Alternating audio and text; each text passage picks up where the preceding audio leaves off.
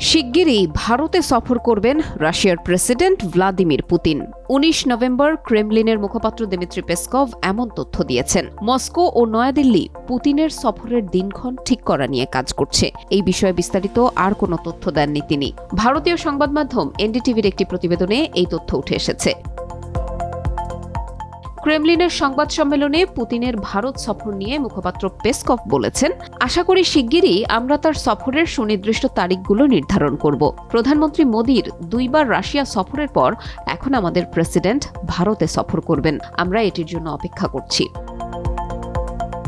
এনডিটিভির প্রতিবেদনে বলা হয়, পুতিনের এই সফর আগামী বছরের শুরুতে হতে পারে। সফরটি দুই দেশের মধ্যে পারস্পরিক বার্ষিক সফরের জন্য একটি নির্ধারিত কাঠামোর অংশ হতে পারে।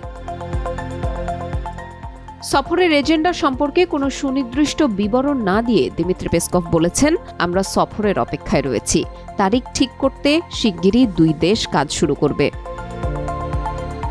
সংবাদ সম্মেলনে ভারত চীন সম্পর্কে রাশিয়ার ভূমিকা নিয়েও কথা বলেন পেসকভ। তিনি বলেন, আমরা আনন্দিত যে ভারত এবং চীনের দুই নেতা রাশিয়ার কাজানে তাদের দ্বিপাক্ষিক বৈঠক করার সুযোগ পেয়েছিলেন। এটি বিশ্বের সবার জন্যই একটি সুখবর ছিল।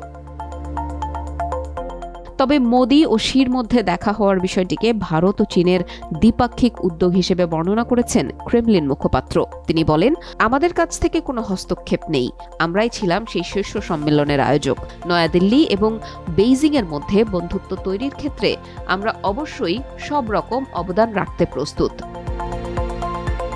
এদিকে যুক্তরাষ্ট্রের নেতৃত্বাধীন কোয়াডে ভারতের অংশগ্রহণের বিষয়ে পেসকভ বলেন, আমাদের কোনো সন্দেহ নেই যে ভারত রাশিয়াকে সম্মান করে এবং ভারত রাশিয়ার সঙ্গে সহযোগিতাকে মূল্য দেয়। কিন্তু একই সঙ্গে আমরা এটাও খুব ভালোভাবে বুঝতে পারি যে ভারত একটি সার্বভৌম দেশ। ভারত এতে সুবিধা খুঁজছে। প্রতিটি সম্ভাব্য দিকের গুরুত্ব আমরা বুঝতে পারি।